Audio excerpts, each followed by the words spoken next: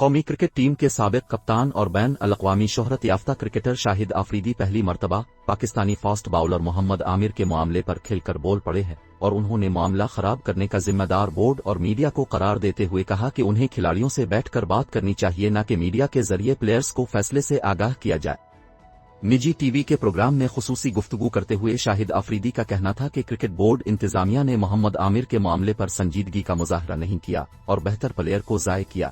عامر کو اختیار حاصل کہ اس کی مرضی ہے چاہے وہ ایک فارمیٹ کھیلے یا تمام، لیکن معاملے کو خراب کرنے میں بورڈ کو قصوروار سمجھتا ہوں۔ شاہد آفریدی نے رمیز راجہ کی ہر ٹور میں الگ کوچ کی پالیسی سے اختلاف کرتے ہوئے کہا کہ اگر دورے میں پرفارمنس اچھی نہیں تھی تو اس کی ذمہ داری کون لے گا؟ پلیئر یا کوچ؟ مصباح الحق جیسے کرکٹرز کو ٹیسٹ کرکٹ میں کوچ ہونا چاہیے اور ون ڈے اور ٹی20 میں الگ ہونا چاہیے۔